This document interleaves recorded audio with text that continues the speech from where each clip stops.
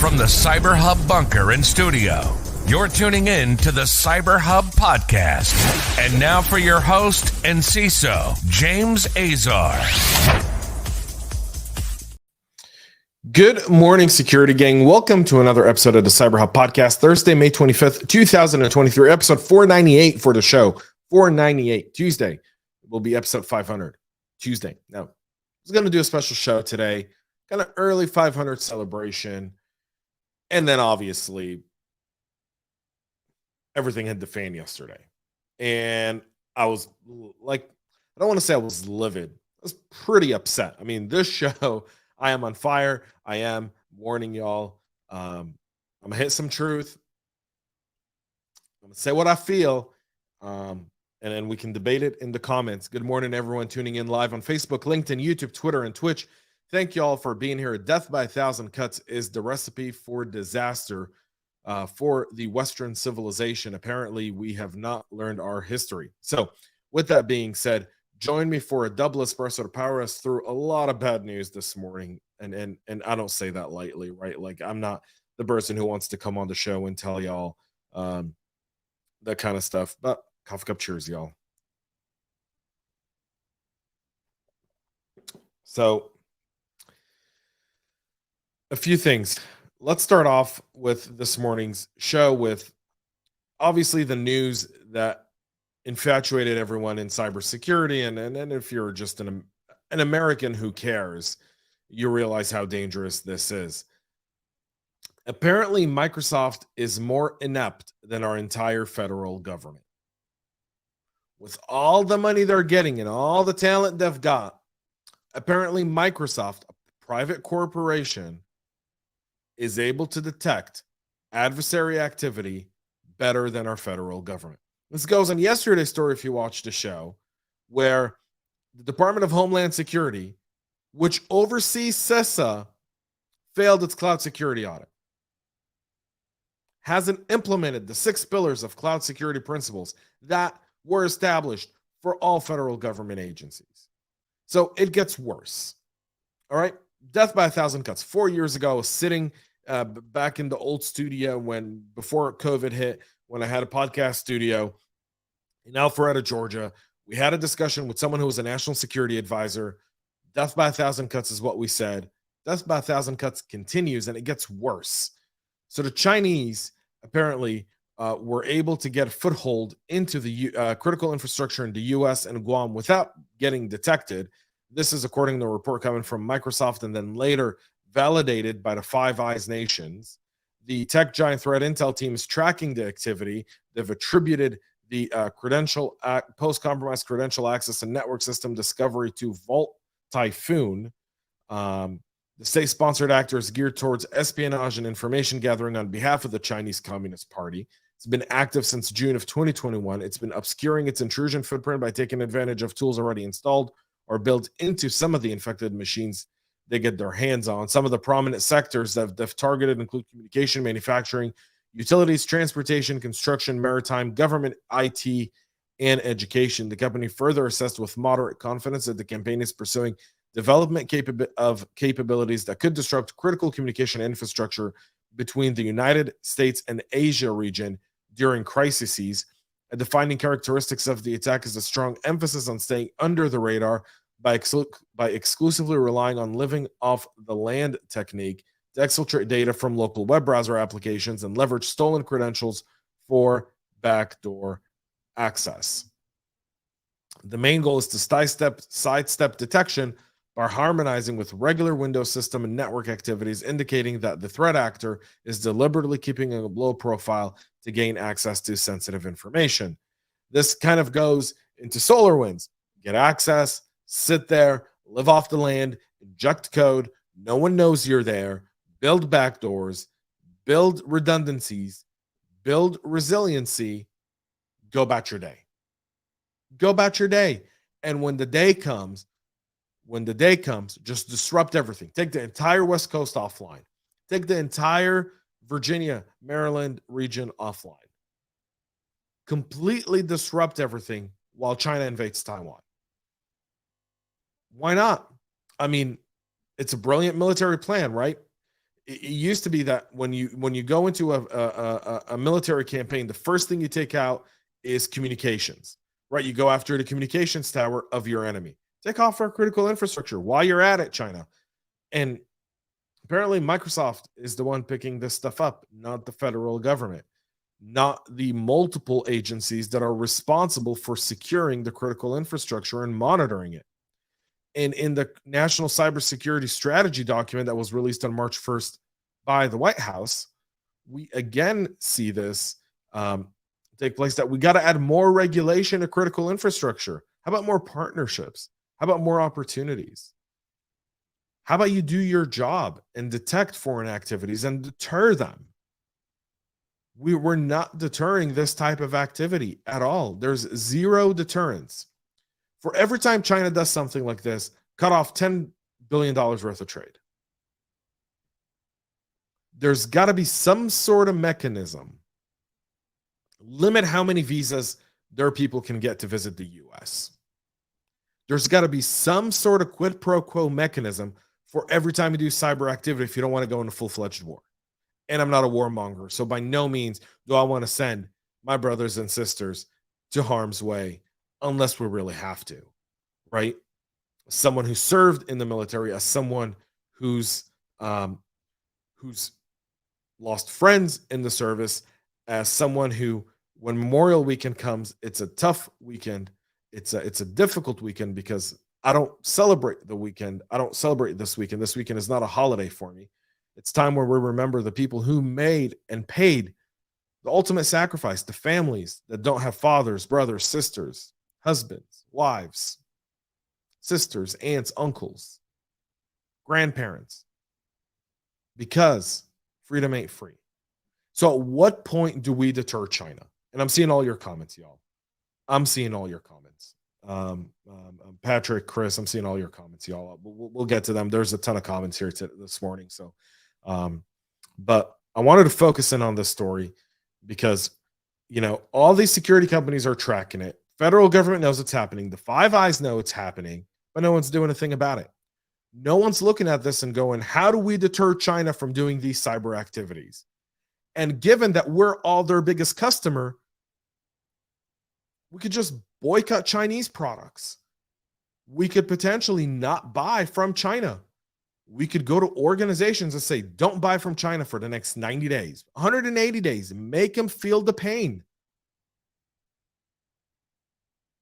We have the power of the purse today.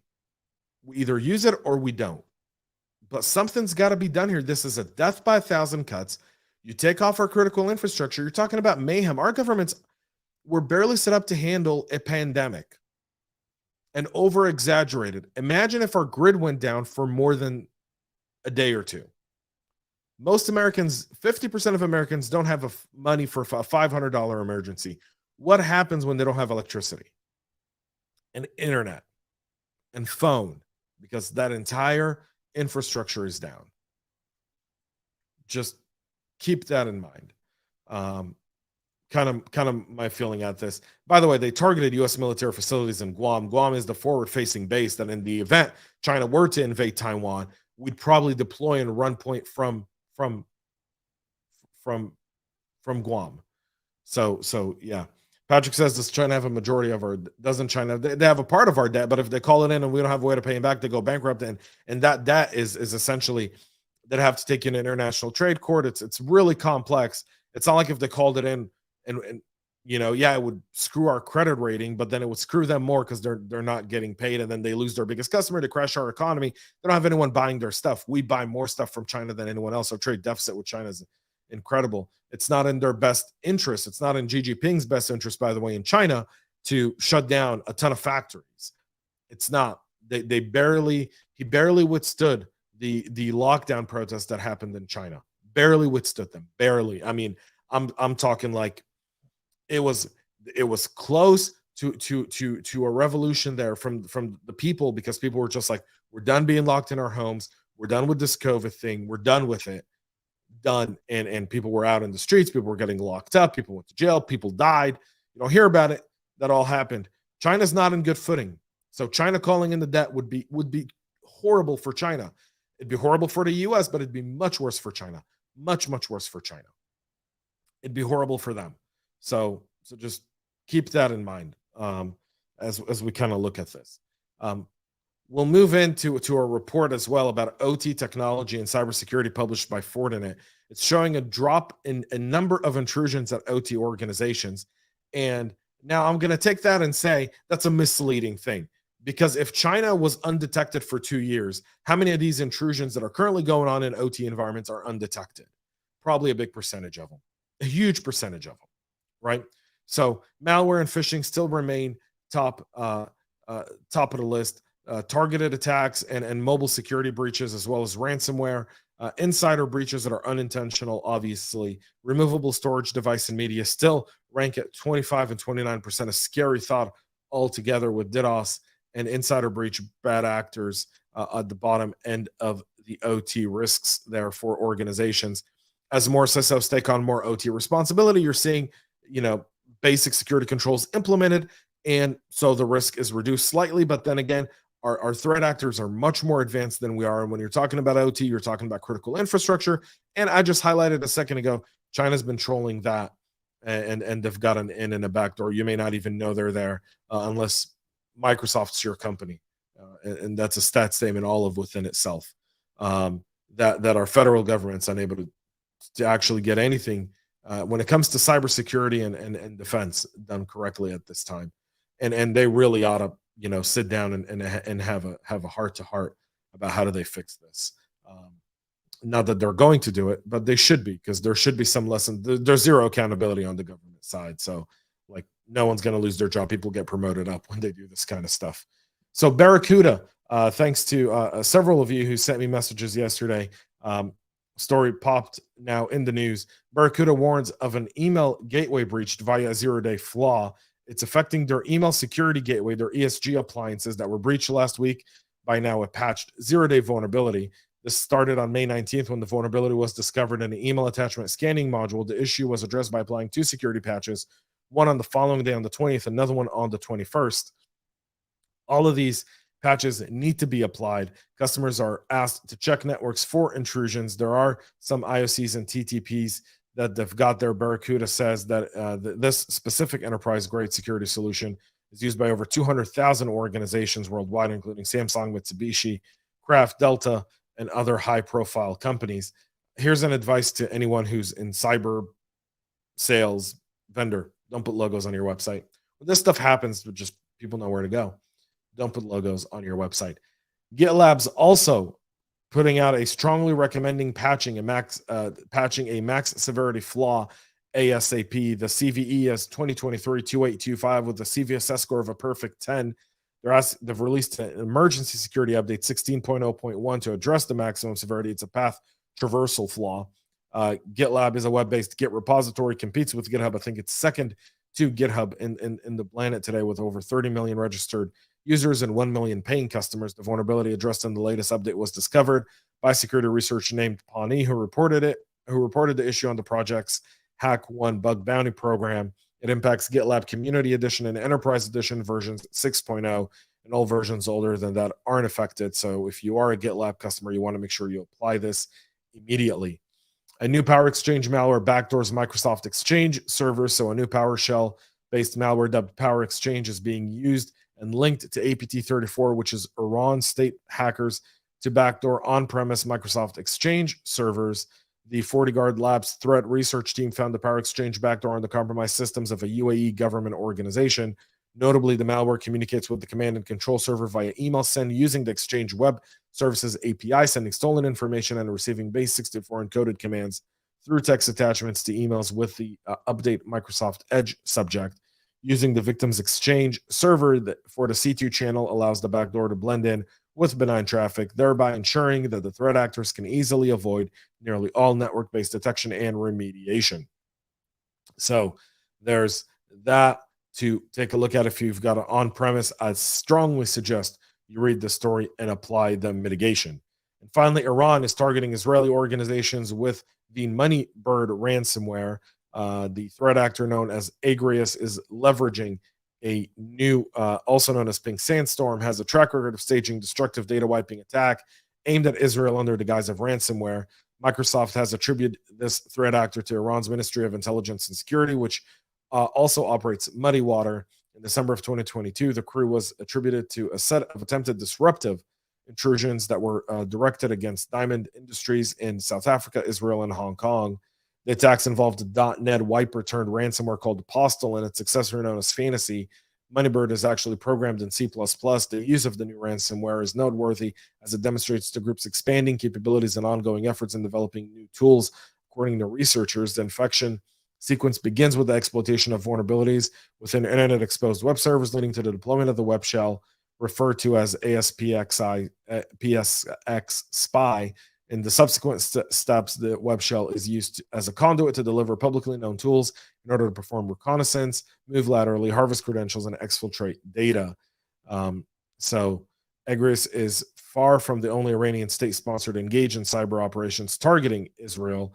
Clear Skies also disclosed that no fewer than 8 websites associated with shipping, logistics, and financial services companies in Israel were compromised as part of a watering hole attack orchestrated by Iran-linked tortoise shell. So the everywhere we see it's getting, Iran, by the way, is getting a lot of its cyber capabilities now from China, a ton of them.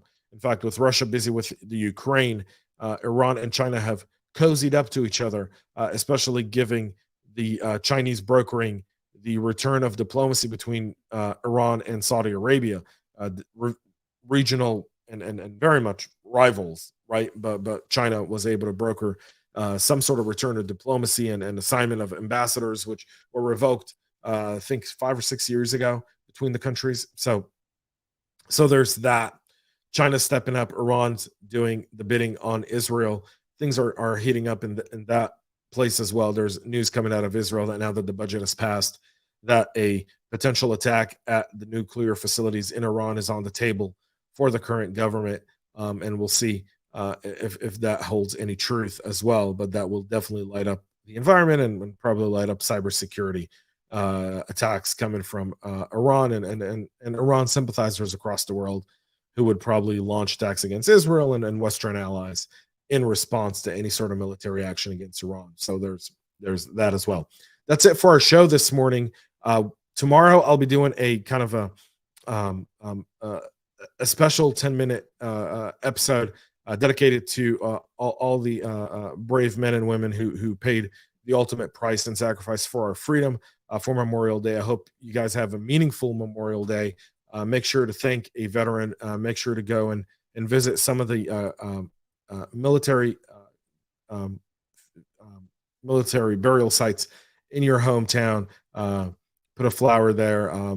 Just comfort families who the loss never really heals. And so in this time of division, let Memorial Day be a day where we don't look at each other based on who you voted for or anything else, but rather the fact that we as Americans, no matter what side of the aisle you're on or what race or religion you are, you made the ultimate sacrifice, and freedom ain't free. That's for sure. So thank y'all for tuning in. Thank you for bearing with me. We're way over time on this morning's show, but really I wanted to dig into this whole China story with all of y'all, and I hope you found it informational and helping you and kind of address these questions that are going to probably be popping to many practitioners based on this attack and what it means. And I'd say this: get a generator. Make sure you go out and get a generator. Generator sales are gonna spike.